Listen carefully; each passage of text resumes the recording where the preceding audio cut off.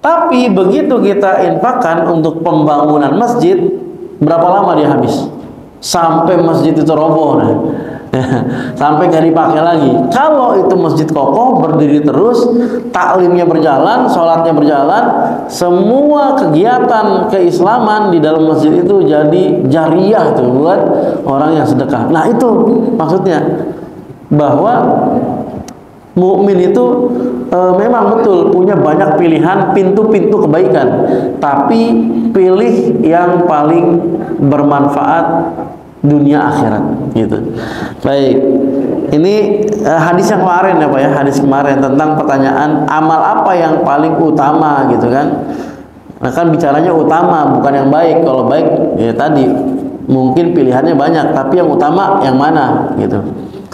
Kita lanjutkan hadis berikutnya. Bismillahirrahmanirrahim. An Abi Dzar Al-Ghifari aidan radhiyallahu anhu anna Rasulullah sallallahu alaihi wasallam qala, dari Abu Dzar Al-Ghifari, semoga Allah meridhoinya, sesungguhnya Rasulullah sallallahu alaihi wasallam bersabda, yusbihu ala kulli sulama min ahadikum shadaqatun. Setiap kita nih punya sendi-sendi ya. Setiap pagi itu hendaknya kita menyedekahkan ya. Setiap sendi itu perlu ada sedekahnya gitu ya. Kita kepikiran Pak, gimana ya maksudnya ya, dalam tubuh manusia ada sendi, bagian misalnya siku, pergelangan tangan, kemudian lengan atas, ya leher, ya dengkul, ya engkel kaki. Disedekahinnya gimana ya? Saya niat sedekah 10.000 buat siku, saya niat sedekah 10.000 buat dengkul. Apa gimana itu? Ya, di sini dijelasin. Fa kullu tasbihatin shadaqatun. Setiap tasbih yang kita baca, subhanallah, subhanallah, subhanallah, subhanallah, subhanallah, subhanallah, subhanallah, itu dihitung sedekah. Wa kullu tahmidatin shadaqatun. Tahmid apa tahmid? Alhamdulillah, alhamdulillah, alhamdulillah, alhamdulillah, alhamdulillah, dihitung sedekah. Berapa kali? Terserah Bapak. Kuatnya Bapak berapa, Pak? Gitu kan. Wa kullu tahlilatin shadaqatun. La ilaha illallah, la ilaha illallah, la ilaha illallah, sedekah. Gitu. Wa kullu takbiratin shadaqatun. Allahu akbar, Allahu akbar, Allahu akbar, Allahu akbar, Allahu akbar, Allahu akbar, Allahu akbar, Allahu akbar, gitu. Nah, wa amru bil ma'ruf ya shadaqatun. Mengajak kebaikan sedekah. Wa nahyun 'anil munkar shadaqatun. Mencegah kemungkaran sedekah. Wa yujazi min dzalika rak'atani yarka'uhuma minad duha. Dan sedekah itu tadi bisa ditandingi ya, atau setara kalau kita sholat duha gitu. Jadi maksudnya itu Pak, bukan berarti saya sedekah atas nama persendian saya bagian dengkul kanan, goceng. Atas nama dengkul kiri, goceng. Enggak, bukan. Setiap sendi kita perlu disedekahin. Maksudnya apa? Zikir sedekah, ya, tasbih sedekah, tahlil sedekah, konsumsi. Kemudian takbir sedekah, tahlil sedekah, sholat duha sedekah, gitu. Sholat duha aja dihitung sedekah, tapi efek atau manfaatnya dapat mendatangkan rezeki. Ya, sholatnya aja dihitung sedekah, dia insya Allah juga mendatangkan rezeki, gitu kan? Nah itulah yang dimaksud dalam hadis ini. Jadi bukan setiap pergelangan sendi-sendi dalam tubuh kita disedekahin atas nama itu, bukan. Tapi maksudnya adalah semua yang bisa kita lakukan dari zikir-zikir ini itu dihitung sebagai sedekah, gitu. Penjelasan hadis, Al-hathu 'alal iktsari minas shadaqati syukran lillahi ta'ala 'alal afiyah wa daf'an lil bala. Fa idza ajaza 'ani syukri bil af'al syakarallahu ta'ala bil aqwal bi idamati dzikrihi wa i'lani tanzihihi wa ta'zimi wa tauhidihi wa isda'in nushi fi dinihi. Anjuran memperbanyak sedekah, Pak, sebagai bentuk syukur. Syukron itu maksudnya bersyukur. Kalau kita diterjemahin jadi terima kasih gitu. Anjuran banyak sedekah syukron lillah, sebagai bentuk syukur kepada Allah Subhanahu wa taala atas apa? Afiyah, atas badan kita yang sehat walafiat, kesejahteraan kita, wa daf'an anil bala, dan untuk mencegah bala. Kenapa mencegah bala? Karena sedekah itu memadamkan amarah seperti air memadamkan api. Orang yang rajin sedekah, yang tadinya gedek karena disedekahin jadi senang. Misalnya Bang Hadi gedek nih sama Pak Haji Budiman, misal contoh. Tapi ternyata kalau lagi ada rezeki sering berbagi, ya, beli pisang 2 sisir, sesisir dikasih. Lama-lama ini orang kok ngasih kita mulu gitu kan, sedekah mulu, makanya jadi cinta. Tahadu tahabbu, saling berbagi hadiahlah, maka kalian akan saling mencintai. Nah, itu mencegah bala. Yang tadinya orang kesal saling benci, kemudian sampai berniat buruk, misalnya mencelakai, nyantet, sihir dan lain sebagainya, itu diredam dengan cara sedekah. Makanya kalau lihat beberapa praktik amal para kiai, para ulama itu, ketika ada bala, ujian di rumahnya, ada yang sakit, ada yang disihir, ya, dapat kiriman, itu biasanya mereka buru-buru sedekah. Nah, gitu. Nah, ini mengimani hadis ini, banyakin sedekah, ya. Bisa dia sebelum terjadi, bisa juga saat terjadi. Sedekah. Itu menolak bala gitu. Karena justru dia mencegah bala. Karena justru dia menebarkan rasa kasih sayang, saling berbagi gitu. Makanya nggak heran, Pak, orang yang sering dikasih itu mau protes segen, mau negor segen, karena sering dikasih gitu kan. Ya, kalau ulama, ya, ulama itu biasanya menjaga diri. Ya, dulu saya ingat banget dosen penguji senior saya waktu sidang tesis, ya, salah satu pengujinya adalah Syekh Ahmad Ma'bad, pakar muhaddis, ya, pakar hadis di Al-Azhar, bahkan se-Mesir gitu. Nah, begitu selesai sidang, karena mau ngucapin terima kasih, mau diajak makan, ya Syekh, kami mengundang Syekh untuk makan bersama, kami sudah siapkan. Terima kasih, saya udah ada acara lagi nih, mau lanjut gitu. Ya, padahal sebetulnya setiap ada momen itu jarang-jarang mereka terima. Teman saya, Pak, waktu kita kuliah, Pak,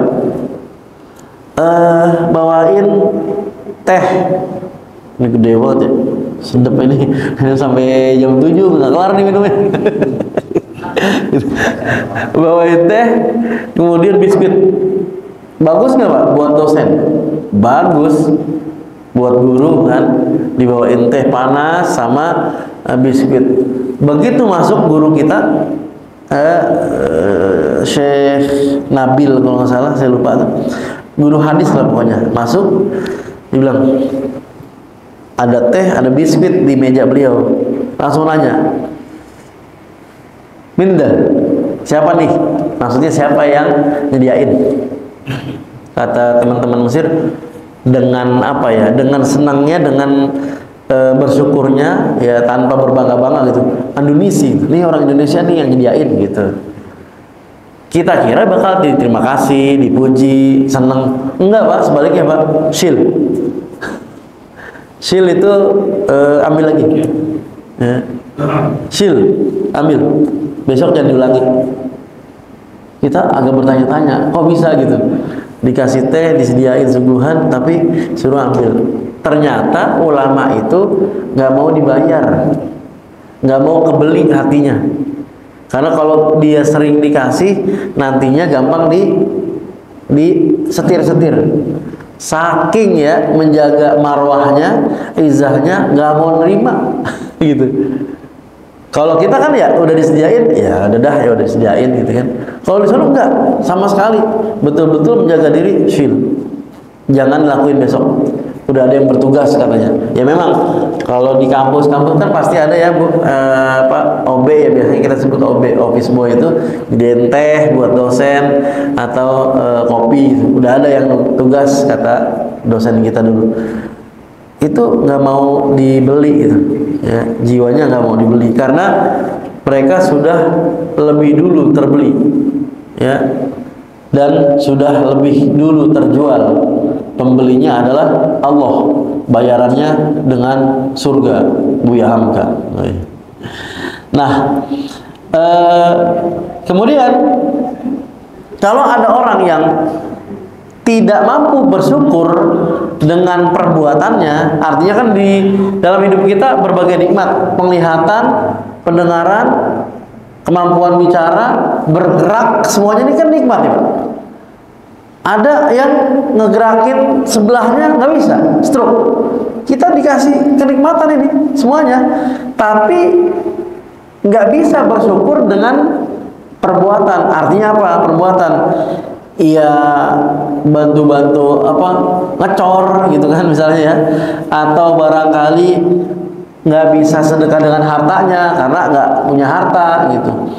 Maka dia bisa bersyukur kepada Allah dengan lisannya. Tadi hadisnya zikir, ya, dengan lisannya dia bersyukur kepada Allah, subhanallah, subhanallah, subhanallah, subhanallah, subhanallah gitu. Nah, jadi sedekah itu adalah bentuk syukur. Bentuk syukur itu bisa dengan af'al ataupun dengan aqwal. Af'al perbuatan, aqwal ucapan. Jadi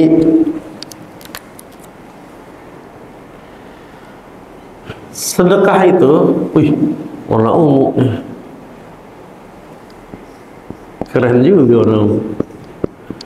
Sedekah itu adalah refleksi, ya, cerminan dari rasa syukur. Bersyukur kita kepada Allah itu dengan cara sedekah ataupun amal soleh. Sementara bersyukur itu bisa dengan dua cara, ya.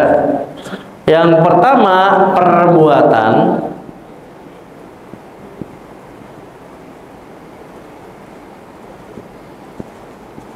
Pak, kalau ada yang punya ripet, minjem dong Pak, minjem Pak, ripet Pak. Nih, cetek gitu. Ya udah berganti tahun tapi ini belum, masih oglek-oglek. Ada alat ripet gitu. Ya. Kalau nggak bisa dengan perbuatan, ya, maka dengan zikir, ucapan gitu. Nah, jadi pintu kebaikan kan banyak. Bisa berbuat, alhamdulillah. Bisa bantu, alhamdulillah. Bisa sedekah, alhamdulillah. Tapi nggak semua orang dikasih kemampuan perbuatan. Nah, kalau nggak bisa, maka dengan ucapan. Bagaimana caranya? Zikir, ya, zikir apapun. Kemudian mengumumkan, ya, bahwa kita tuh mensucikan Allah, kemudian memuliakan Allah gitu, mentauhidkan Allah gitu. Jadi jangan sampai kita nggak mampu bersyukur dengan perbuatan, lisan kita tuh pelit. Lisan kita tuh pelit, nggak mau zikir, ya, nggak mau mentauhidkan Allah, nggak mau saling menasihati gitu. Nah, ini mungkin kita saksikan Pak. di sebagian masyarakat itu tradisi saling menasihati mati. Di sebagian masyarakat tradisi saling menasihati itu mati. Ada kekeliruan dibiarkan terlalu lama sehingga dianggap kebenaran, mendarah daging. Jadi berpuluh tahun hidup bermasyarakat nggak banyak perubahan. Maka insya Allah tahun ini kita akan niatkan perubahan. Wih, kampanye gue.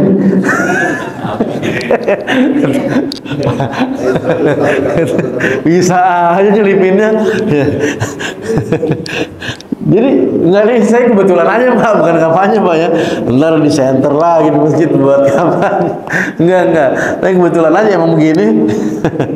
Jadi nggak hidup gitu. Watawasau bil haqqi watawasau bis shaubr. Kan kita baca nih rutin Pak, habis talim tuh. Ya, kita tutup dengan surat Al-Asr. Ada watawasau bil haqqi watawasau bis shaubr itu.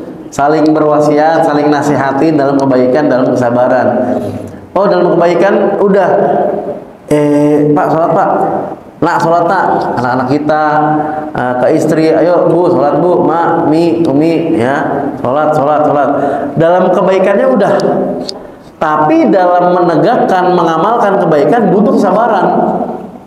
Kalau bapak, ibu-ibu nasihatin anak agar anaknya mendirikan sholat, kan misalnya sebulan ini udah nasihatin terus, ayo nak sholat, ayo nak sholat, ayo nak sholat. Kadang sholat, kadang nggak sholat. Kan latihan ya, latihan. Makanya ayat setelahnya itu watawasau bis shaubr, dan saling nasihatin juga dalam kesabaran. Kesabaran menegakkan kebaikan, kesabaran mengamalkan kebaikan gitu. Jadi bukan cuma saling menasihati dalam kebaikan.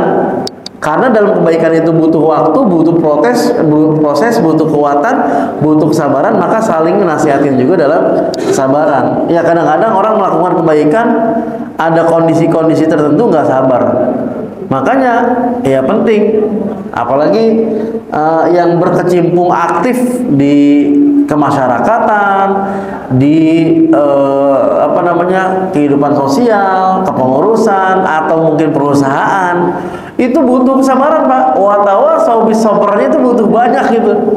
Ya, misalnya ada bagan-bagan struktur yang secara koordinasi kita harus berhubungan terus nih sama staf, sama karyawan gitu kan. Nggak semua tipe karyawan atau staf itu inisiatif, rajin, kemudian juga gercep, enggak. Ada yang maaf ya, ada yang lemot kan gitu ya. Ada yang males kan gitu. Ada yang kalau dipencet baru gerak, kan ada gitu. Ada Pak tipe-tipe gitu, dipencet baru gerak, ya mirip-mirip robot. Kalau kita kan manusia, nggak pakai dipencet, gerak aja inisiatif. Tapi ada tipe orang yang baru dipencet baru gerak gitu. Itu kan butuh kesabaran Pak, membina masyarakat, membina pengurus, membina karyawan, anak buah, itu butuh kesabaran. Jadinya bukan cuma watawasau bil haq yang kita tegakin, tapi watawasau bis sabr. Nah, kalau secara perbuatan ya kita nggak mampu untuk bersyukur kepada Allah, maka setidaknya dengan ucapan nasihat-nasihat itu yang harus ditegakin. Ini mah udah perbuatan nggak bisa, bantu kerja bakti, beresin masjid, ngecor segala macam, nggak berkecimpung, nggak ada andil, sedekah enggak, ya nggak bisa dua-duanya dalam bentuk perbuatan, ucapannya pun nggak juga. Ya ini kan jadinya nggak dapat kebaikan semuanya gitu. Nah ini hadis ini yang pertama faedahnya adalah anjuran untuk memperbanyak sedekah sebagai bentuk syukur. Bersyukur ada dua cara, melalui perbuatan ataupun ucapan. Baik.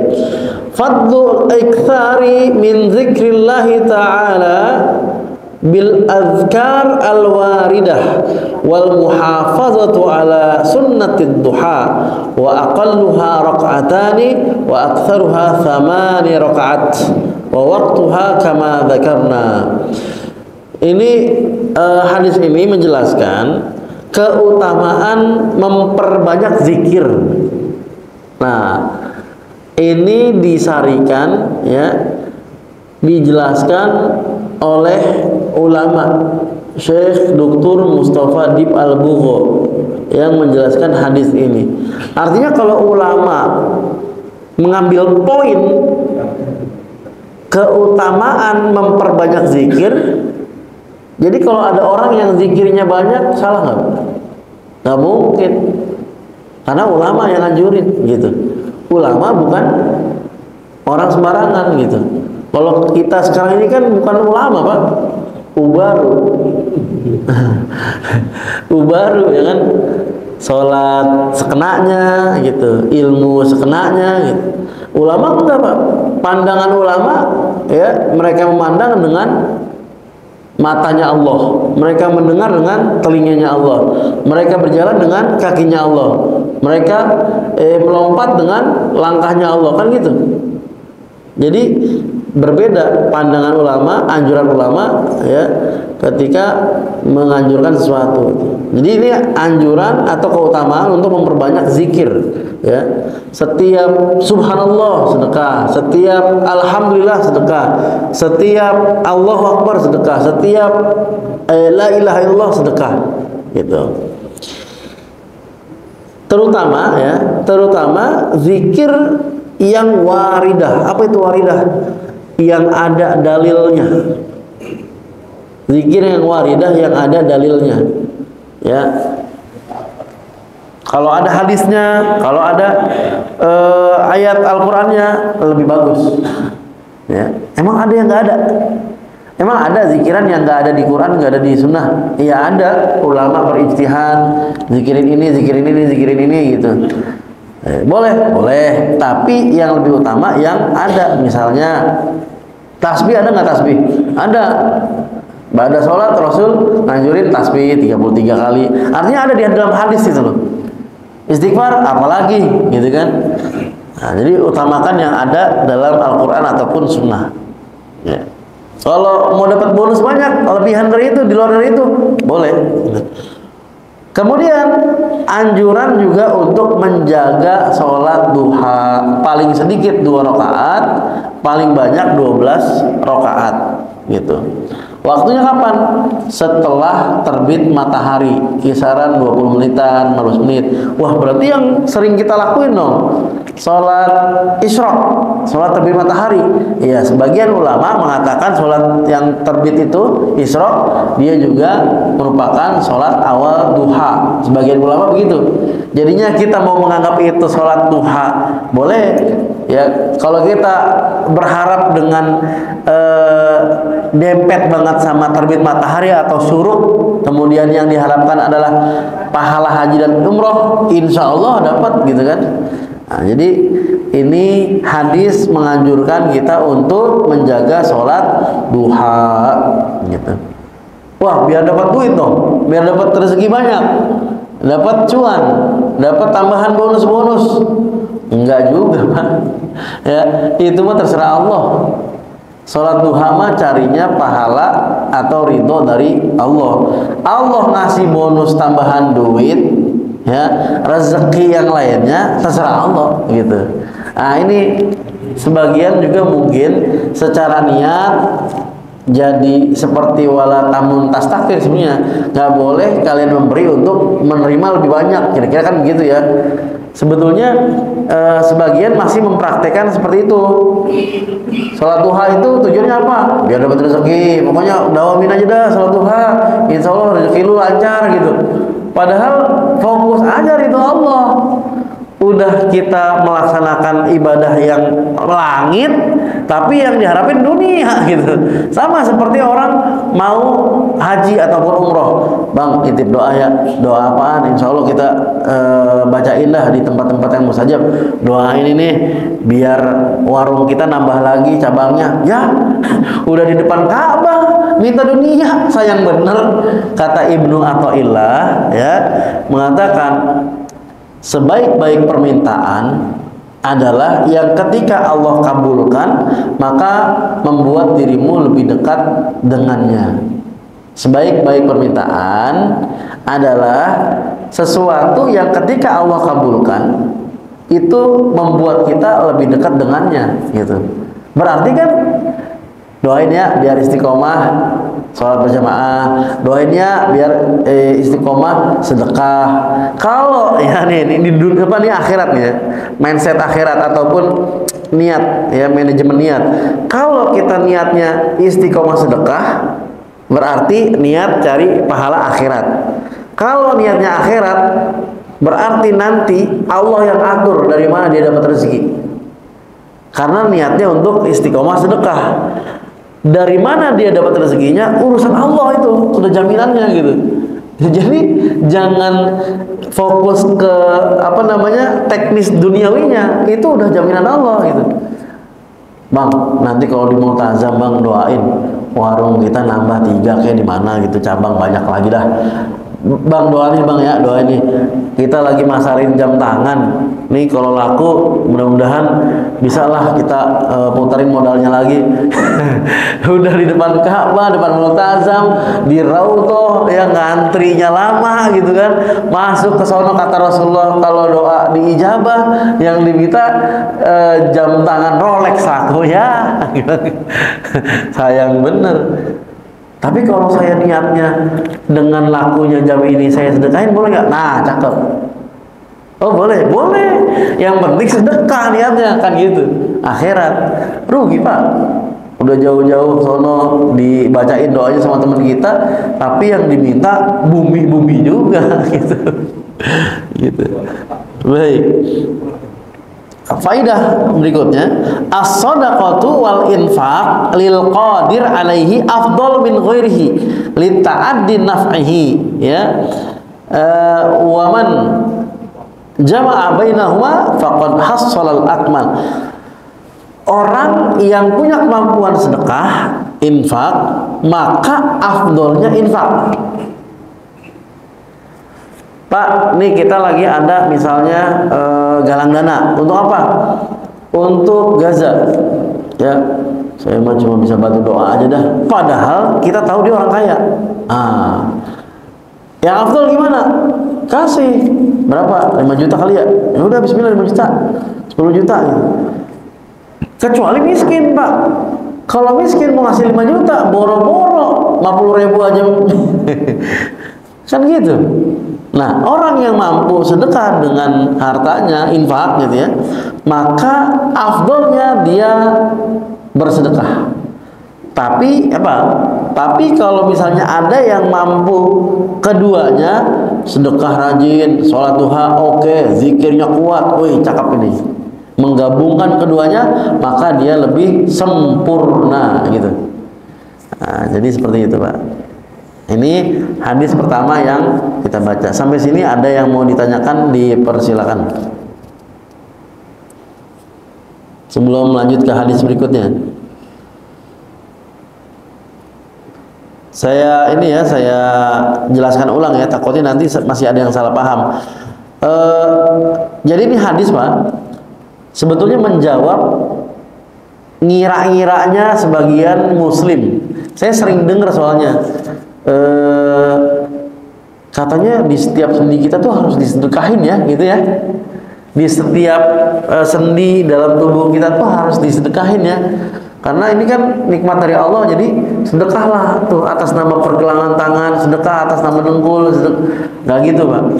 Ini hadis menjawab bahwa ya tasbih kita dihitung sedekah, tahmid kita dihitung sedekah, tahlil kita dihitung sedekah, takbir kita dihitung sedekah, amar ma'ruf sedekah, nahi mungkar sedekah. Dan semua itu bisa disetarakan juga kalau mau langsung sholat duha boleh gitu kan. Nah, itu sudah mewakili setiap sendi yang ada dalam tubuh kita. Jadi kalau kita tasbih, ya udah semua kita diberikan ganjaran. Ya sendi-sendinya, ya kepala-kepalanya dihitung. Karena yang berzikir lisan, ya. Yang memikirkan hati, akal, gitu kan. Jadi semuanya dapat ganjaran pahala sedekah gitu. Bukan 10.000 buat sikut, 10.000 buat dengkul, 10.000 buat engkel kita, bukan gitu, ya. Baik. Ada yang mau nanya? Ibu-ibu ada? Saya lanjutin ya. Bismillahirrahmanirrahim. Dari apa? Ibu-ibu ada? Nggak ada ya? Dari Abi Dzar juga, Abu Dzar Al-Ghifari. Qala Nabi sallallahu alaihi wasallam, kata Nabi sallallahu alaihi wasallam, "Uridat alayya a'malu ummati hasanuha wa sayyi'uha." Aku diperlihatkan amal-amal umatku yang baik dan yang buruk. Ya. Jadi kita nih Pak, Bu, umatnya Nabi, beramal baik Rasul tahu, beramal buruk Rasul tahu. Ini hadisnya nih. Kan Rasul udah meninggal, tahu gimana? Ini yang imannya sampai dunia doang. Menganggap bahwa Rasul itu terhenti di dunia karena fisiknya sudah berpisah dengan jasad, ya, sehingga nggak ada urusan lagi sama Rasulullah. Ini yang imannya cuma sampai dunia ketika membicarakan tentang Rasulullah Shallallahu Alaihi Wasallam. Ini hadis membantah bahwa Rasulullah SAW itu diperlihatkan amal umatnya yang baik dan yang buruk. Sama ketika kita menganggap bahwa Rasul itu secara manusiawi sama persis dengan kita, sehingga kalau Rasulullah tidur, ya tidur hilang semua kesadarannya, sama seperti kita, gitu Pak ya. Ulama membantah itu karena ada hadis atau penjelasan hadisnya mengatakan bahwa inna ainayya tanamani wal qalbi la yanam. Jadi kedua mataku memang nampaknya tidur, tapi hatiku enggak. Gitu. Ini yang membedakan Rasulullah SAW dengan kita, umatnya manusia biasa, bukan nabi, bukan rasul gitu. Nah, diperlihatkan kepadaku amal-amal umatku yang baik dan yang buruk. Fawajadtu fi mahasin a'maliha al-adha yumatu anit tariq, ya. Wa wajadtu fi masa wi'i a'maliha an-nukha'ah takunu fil masjid la tudfan, rawahu Muslim. Nah, yang seperti apa sih kebaikan yang dimaksud? Ternyata nggak yang besar-besar Pak. Amal kebaikan umatnya Nabi Muhammad itu yang udah dianggap sebagai amal kebaikan, bukan yang wah, yang gede, enggak. Apa itu? Nyingkirin duri, nyingkirin paku dari jalanan, nyingkirin jebakan Batman, tai kucing segala macam, disingkirin Pak, dibersihin gitu kan dari jalan. Itu dihitung kebaikan tuh, ya. Terus yang dihitung sebagai keburukan, ya, yang nanti nampak sama Rasulullah, amal buruknya umat beliau juga bukan yang gede, bukan yang besar, bukan yang kezaliman yang luar biasa, bukan. Yang kecil juga dihitung sebagai amal buruk. Apa itu contohnya? Buang ingus di masjid. Nah, lo siapa nih? Jadi nggak boleh tuh, ya, meper ingus di masjid nggak dibersihin. Benar nih hadisnya, ya. Nukha'ah itu ingus, nukha'ah itu ingus, ya. Yang dihitung sebagai amal buruk diantaranya udah kehitung adalah apa? Nukha'ah takunu fil masjid la tudfan, ingus di masjid yang nggak dibersihin. Kalau zaman dulu, ya, zaman dulu kan tanah Pak, ya, ada ingus ataupun buang ingus nggak ditutupin lagi. Kayak kalau kucing aja berak ditutupin Pak, bagaimana manusia? Ingusnya dibiarin aja gitu kan, hijau lagi, ya kental bener. Jadi itu termasuk keburukan, ya. Dan Rasul tahu itu. Jadi gimana caranya? Caranya sekira kita lagi pilek, ya flu, bawa tisu, bawa selampe, taruh di kantong, begitu meler langsung siap-siap. Boleh nggak tangan saya gerak? Kalau ada kebutuhan boleh. Bersihin dulu, taruh lagi. Saking pileknya bersihin lagi, taruh lagi, meler lagi, bersihin sampai basah tuh tisu di kantong. Ya lepek deh di kantong katanya. Itu derita bapak lah pokoknya. DL. Nah, jadi kalau sampai kemudian meper ataupun jatuh nggak dibersihin, itu termasuk amal buruk gitu ya. Afadal hadis, ya, faidah hadisnya, kasratu wujuhi a'malil khair idh man jamalatha ma yazunnuhun nas la sya'na lahu ka imatatil adza 'anit tariq wan nakha'ah fil masjid. Jadi ternyata Pak, banyak ya Pak ya jenis-jenis kebaikan itu. Enggak cuma yang nampak besar atau barangkali yang mengeluarkan biaya besar, enggak. Ternyata ya hal-hal yang sepele itu ya kebaikan. Allah menganggap famay ya'mal mithqala dzarratin khairan yara. Ya, sebiji sawi sebesar atom amal kebaikan dianggap oleh Allah Subhanahu wa taala. Ya, jadi jangan sampai ngeremehin, ngelihat paku tengah jalan buang, ya, atau enggak simpan kantongin buat di rumah kalau lagi bangun rumah, ya kan, ya dikumpulin. Ya, al-hathu ala fi'li ma yanfa'un nas wa yajlibu lahum maslahah wal bu'du an kulli ma yadurru bihim wa yusabbib lahum mafsadah. Anjuran agar kita tuh gercep beramal kebaikan yang bermanfaat bagi manusia, ya, dan menjauhi yang menjadi sebab kerusakan bagi mereka. Macam-macam Pak, apa aja Pak yang bermanfaat bagi Bapak, cepat lakuin. Jangan sampai lempar-lemparan, dorong-dorongan, tunjuk-tunjukkan. Siapa yang siap, misalnya nih ya Pak, siapa yang siap insya Allah nambel plafon, bantuin bareng-bareng, siap, jangan, udah ini aja dah, tuh ada, udah biarin dia aja, jangan gitu Pak. Yang namanya amal soleh, manfaat, kita kalau bisa paling dulu ngelakuin, kalau nggak ada kerjaan lainnya. Tapi kalau ada kewajiban lainnya, ya silakan orang lain. Tapi kalau kita bisa, kita jadi orang yang pertama yang melakukan kebaikan. Kalau orang lain belum mulai, kita yang mulai duluan. Gitu aja dah prinsipnya. Jadi pribadi unggul itu insya Allah. Baik di dalam kehidupan masyarakat, keluarga, perusahaan. Kalau prinsipnya kebaikan apapun, saya duluan. Yang lain belum mulai, saya mulai. Nah itu the best lah itu. Cepatlah jadi direktur. Terakhir, wujubu ihtiram al-masajid wal muhafazatu ala adabiha.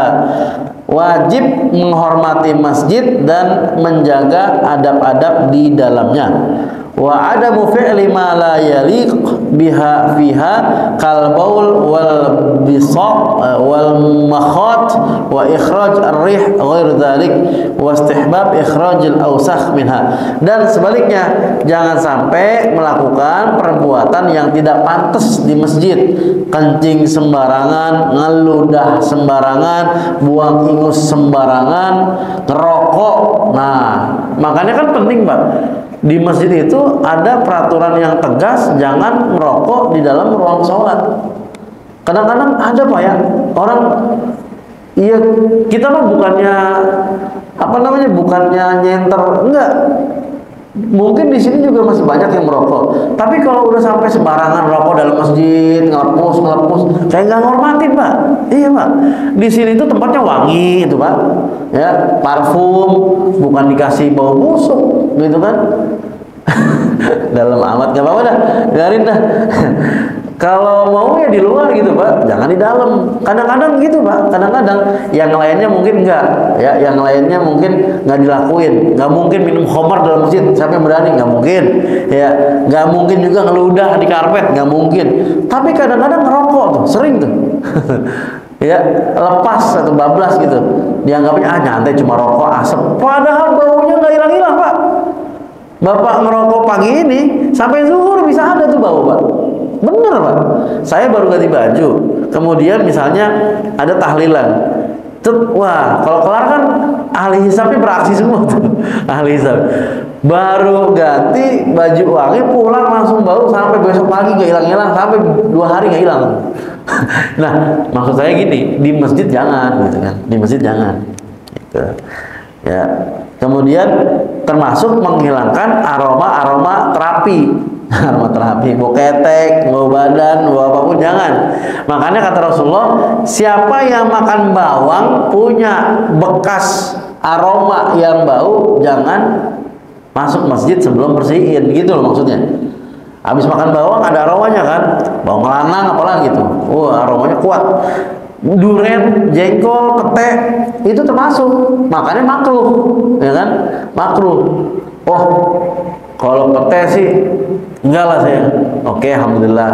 Kalau jengkol bisa lah, nanti kita bersihin, sikat gigi dulu. Oke, duren sama lah, bisa sikat gigi dulu. Bau durennya nggak ada, bau jengkolnya nggak ada, bau peteknya nggak ada. Tapi pas masuk masjid bau ketek, ya sama aja Pak. Sama aja iya. Jadi menghindari aroma tubuh yang bau kalau masuk masjid. Nah ini kita saling ingetin aja Pak. Kadang-kadang nih masalah ini nih jarang ada yang berani negor. Masalah bau ketek tuh jarang yang negor Pak. Gak enak. Kalau negor itu, aduh, gak enak banget ditegur bau ketek. Tapi sadarnya juga kurang. Nah, mumpung lagi ada taklim, ada poinnya. Ayo Pak, masuk masjid, jangan sampai ada bau ketek. Wangi lebih, ada parfum depan, pakai parfum. Habis ya Bapak isilah kali-kali. Ya, isi ulang ke 2, 3, isiin di situ, isi lagi, pakai lagi, ntar habis lagi, isiin lagi kalau ada rezeki. Ya. Nah, terakhir hendaknya mengeluarkan sampah-sampah yang ada di masjid. Kalau kita habis ada acara kayak gini kan, misalnya ada apa tuh, gelasnya, gelas plastik, jangan ditinggalin, ya dibawain semuanya. Ada acara besar, maulid lah, Isra Mi'raj, Muharram segala macam, biasanya suka belatakan, jangan. Ya, keberhasilan acara ketika acaranya berjalan dengan benar, sukses sesuai dengan susunan, ya, rundown, dan ketika selesai rapi. Nah gitu. Pak, sukses banget nih acara di masjid. Iya, semua susunan acaranya dilaksanain. Iya, pas udah selesai berantakan, sampah di mana-mana, nggak berhasil menurut saya. Ya, yang berhasil itu selesai acara rapi semuanya. Nah, gitu. Wallahu a'lam bissawab. Ada yang mau nanya? Dipersilah pun. Silakan. Diskusi Pak. Enggak ada. Mudah-mudahan paham 100% Pak ya. Jangan sampai nggak paham 100%, bingung nanya apa. Ada Pak Haji? Ibu ada Bu yang mau nanya? Cukup ya? Baik, alhamdulillah. Nampaknya cakung Pak, cuaca mendukung untuk tidur lagi. Jadi kita cukupin ya. Kita cukupin dengan surat Al-Asr dan kafaratul majlis. Bismillahirrahmanirrahim. Wal 'asr. Innal insana lafi khusr illal ladzina amanu wa 'amilus solihati wa tawasaw bil haqqi wa tawasaw bis sabr. Subhanakallahumma wa bihamdika asyhadu an la ilaha illa anta astaghfiruka wa atubu ilaik. Assalamualaikum warahmatullahi wabarakatuh.